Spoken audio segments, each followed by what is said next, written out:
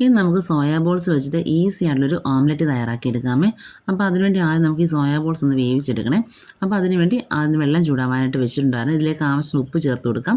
പിന്നെ ഒരു 1/2 table spoon ഇഞ്ചി വെളുത്തുള്ളി പേസ്റ്റ് ചേർത്ത് കൊടുക്കണം. ഇതിലേക്ക് നമുക്ക് സോയാ ബോൾസും ചേർത്ത് കൊടുക്കാമേ.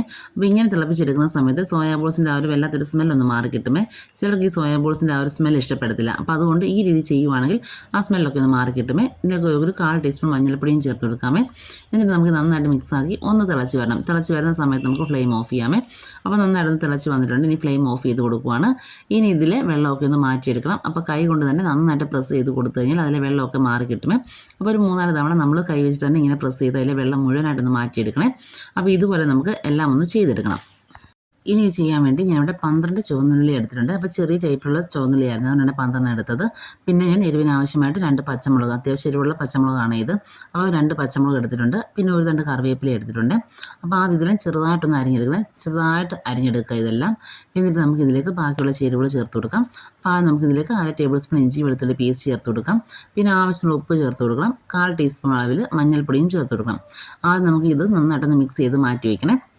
ഇനി ഇതിലേക്ക് നമുക്ക് സോയാ ബോൾസ് ചേർത്ത് കൊടുക്കണം. അപ്പോൾ നമ്മൾ ഞെക്കി പിഴിഞ്ഞ് മാറ്റി വെച്ചിട്ട് സോയാ ബോൾസ് ഉണ്ടായിരുന്നു, അത് നമ്മൾ കൈ വെച്ചിട്ട് വീണ്ടും ഒന്നുകൂടെ പ്രസ് ചെയ്ത് കൊടുത്തു കഴിഞ്ഞാൽ അത് ചെറുതായിട്ടൊന്ന് മുറിഞ്ഞ് കിട്ടുമേ. ആ രീതിയിൽ വേണം നമ്മൾ എടുക്കാനായിട്ട്.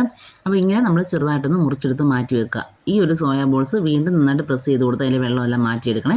അങ്ങനെ 2 ടേബിൾ സ്പൂൺ ഞാൻ ഇതിലേക്ക് ഈ ഒരു മിക്സിലേക്ക് ചേർക്കുന്നുണ്ട്. നമ്മുടെ ഉള്ളിയുടെ മിക്സിലേക്ക് 2 ടേബിൾ സ്പൂൺ കുത്തി കഴിഞ്ഞതുപോലുള്ള സോയാ ബോൾസ് കൊണ്ട് ചേർത്ത് കൊടുക്കുന്നുണ്ട്.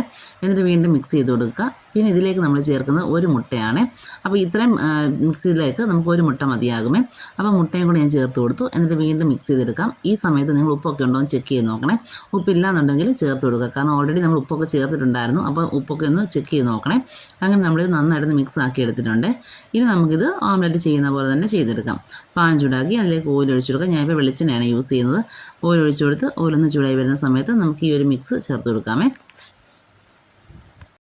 സ്പൂൺ വെച്ചിട്ട് ജസ്റ്റ് ഒന്ന് പരത്തി കൊടുക്കണം. ഒന്ന് ലെവലായി കിട്ടാൻ വേണ്ടി ജസ്റ്റ് ഒന്ന് പരത്തി കൊടുക്കണം. എന്നിട്ട് നമ്മൾ അടച്ച് വെച്ചിട്ടാണ് കുക്ക് ചെയ്തെടുക്കുന്നത്. ജസ്റ്റ് ഒന്ന് വെന്ത് കിട്ടാൻ വേണ്ടി നമ്മളൊന്ന് അടച്ച് വെച്ചിട്ട് ഒരു 1/2 മിനിറ്റ് ഒന്ന് അടച്ച് വെച്ചിട്ട് കുക്ക് ചെയ്തെടുക്കാമേ. അങ്ങനെ 1/2 മിനിറ്റ് കഴിയുമ്പോൾ നമുക്കൊന്ന് ഓപ്പൺ ചെയ്തെടുക്കാം. നന്നായിട്ട് കുക്കായി വന്നിട്ടുണ്ട്. ഇനി നമുക്ക് മറിച്ചിട്ട് കൊടുത്ത് രണ്ടാമത്തെ സൈഡ് ഒന്ന് സെറ്റാക്കി എടുക്കണേ.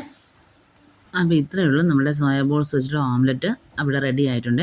അപ്പോൾ ഈ ഒരു ഓംലെറ്റ് നമുക്ക് ബ്രേക്ക്ഫാസ്റ്റിൻ്റെ സമയത്ത് ബ്രേക്ക്ഫാസ്റ്റ് ആയിട്ടോ അതല്ലെങ്കിൽ നമുക്ക് കുട്ടികൾക്ക് ചപ്പാത്തിയുടെ സ്കൂളിൽ കൊടുത്തുവിടാനോ ഒക്കെ, അല്ലെങ്കിൽ 4 മണിക്ക് കുട്ടികൾക്ക് ചായയോടോ കഴിക്കാനോ ഒക്കെ ആയിട്ട് കൊടുക്കാൻ പറ്റുന്ന ഒരു റെസിപ്പിയാണ്. അപ്പോൾ എല്ലാവരും വീട്ടിലൊന്ന് ട്രൈ ചെയ്ത് നോക്കണം. ട്രൈ ചെയ്ത് നോക്കിയിട്ട് നിങ്ങളുടെ ഫീഡ്ബാക്ക് അറിയിക്കണം. റെസിപ്പി ഇഷ്ടമായ ലൈക്ക് ചെയ്യാനും ഷെയർ ചെയ്യാനും, പിന്നെ നമ്മുടെ ചാനലിലെ വീഡിയോ സബ്സ്ക്രൈബ് ചെയ്ത് കാണുന്ന കൂട്ടുകാരുണ്ടെങ്കിൽ ഒന്ന് സബ്സ്ക്രൈബ് ചെയ്ത് സപ്പോർട്ട് ചെയ്യണേ. അപ്പോൾ സബ്സ്ക്രൈബ് ചെയ്യുന്ന തൊട്ടടുത്ത ബെല്ലൈക്കൺ ഓൾ എന്ന ഓപ്ഷൻ എനേബിൾ ചെയ്യാൻ മറക്കരുത്. അപ്പോൾ മാത്രമേ ഞാൻ വീഡിയോ ഇടുന്ന സമയത്ത് നിങ്ങളുടെ ഫോണിൽ നോട്ടിഫിക്കേഷൻ വരികയുള്ളൂ. അപ്പോൾ നമുക്ക് വീണ്ടും നല്ല റെസിപ്പിയുമായിട്ട് കാണാം. അതുവരേക്കും ബൈ. Thank you.